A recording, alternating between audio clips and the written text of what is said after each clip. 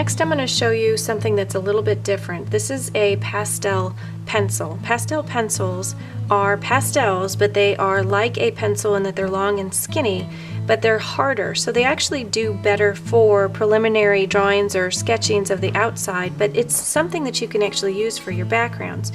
Now, one thing I do want to tell you about pastel pencils is that anytime you work with these types of instruments here, they create a dusting. It's like chalk where it creates dust, and so you want to be real mindful if you have any kind of respiratory issues, or if you're going to be working with just the pastels by themselves.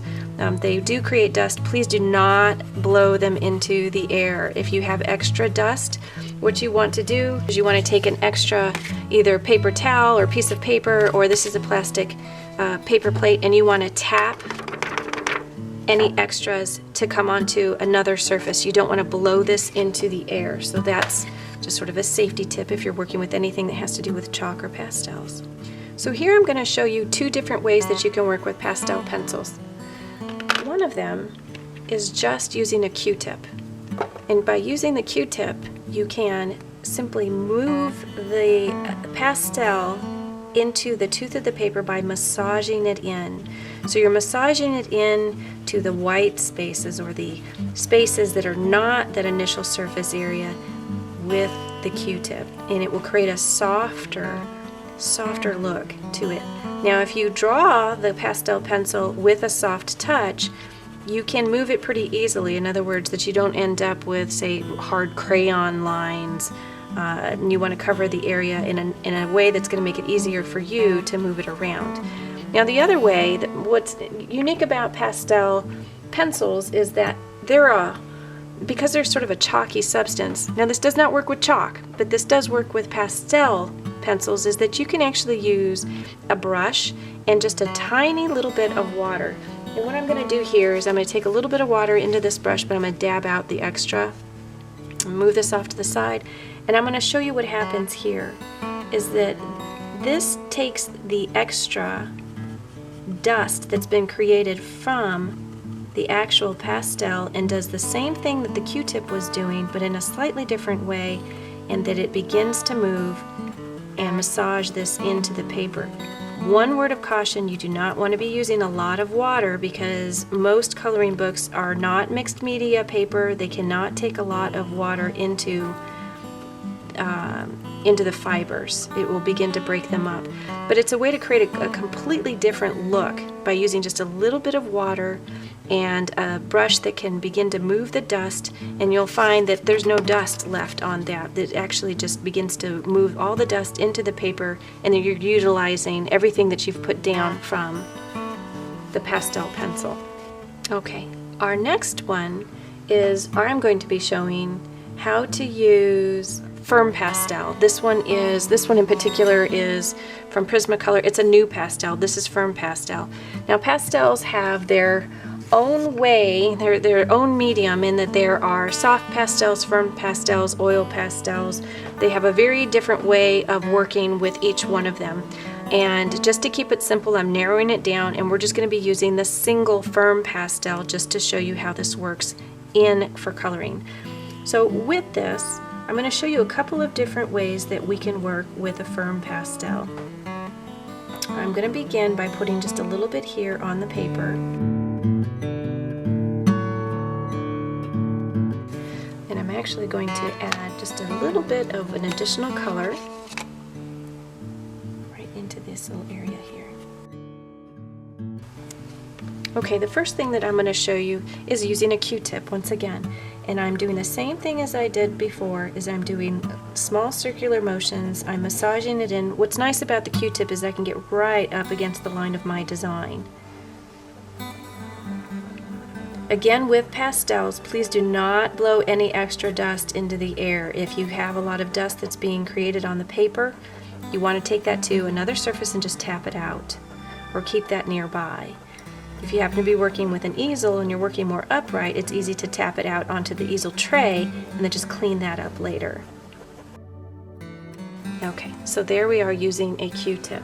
The other way is to be using a cosmetic sponge. Now, a cosmetic sponge, this is what you find at the The cosmetic area, women often use this to move makeup around in a very smooth way on their face for foundation or moving different layers of colors if they're moving blushes and such. So this is going to be a very soft surface.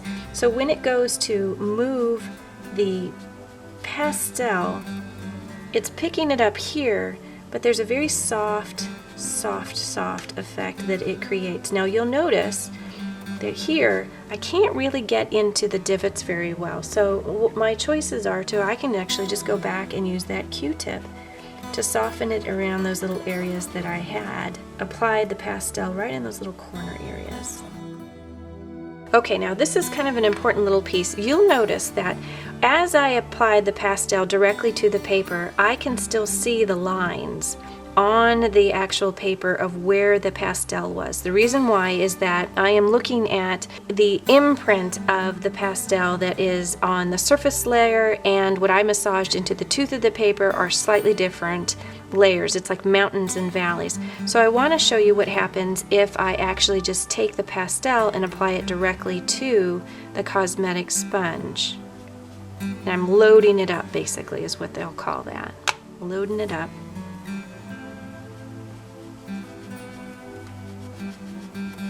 This will be a very soft color.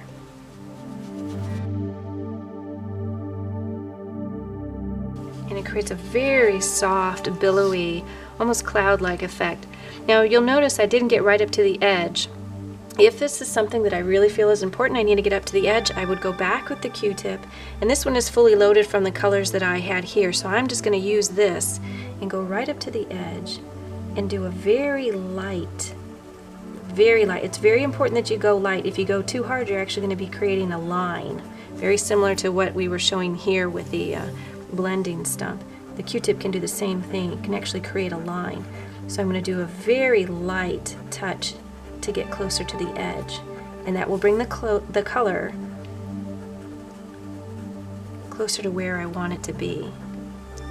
Small little circles as I move out. It will help to create more of that coloring. Now if I wanted to do something that was more dramatic at the end, or edge rather, I'll show you. I'm going to load this up. I'm going to show you just what this looks like if I actually go in with the intention of creating a little bit of a darker space. Do these small little circles. Okay, if I begin to lighten my touch and move it out,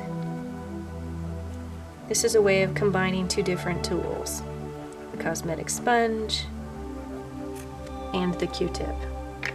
And if I wanted to go back in here and soften this,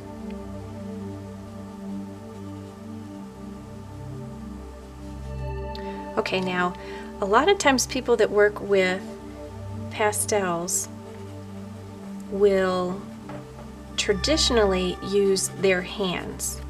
And I just want to show you what this would look like, because you may or may not like to get your hands dirty. And if you do, then great. This is going to be something that you are going to really enjoy. If not, then you're going to want to use something like the cosmetic sponge, even a cotton ball. But you'll use your pinky, and you're going to want to do small little circles, lighter touches, and massage that in to the tooth of the paper. And you'll find that it gives a very different look than the cosmetic sponge did because of the way that it grabs the pigment and moves it around. You'll notice that my fingers don't massage it into the depths of the tooth of the paper the same way. There's actually a little bit of white space that I can still see on the paper here. But where I initially drew, and I drew pretty hard here to put that initial pigment here, you'll notice that it's really holding its rich color, but there's also some dust. So I'm going to go ahead and just tap that out. Get rid of the extra dust. So just know that pastels are often used with fingers, but it's a very different look, how they blend in, and it really takes some practice to work with pastel. And again, this is a firmer pastel that we're using here, not a soft pastel. Soft pastels move a little bit differently. If you decide to work with pastels, you're going to want to keep a wet a towel handy and a dry towel handy. That way you can clean off your fingers without having to go wash your hands all the time. So that's one way that you can work with pastels. If you have not had a chance to work with backgrounds before in your coloring books or working with backgrounds in any of your designs, and you're brand new to backgrounds, I suggest that you check out a video that I've created that is really about the first steps in coloring backgrounds, and I talk about all the different ways using different kinds of materials that you can use in your home to use on backgrounds.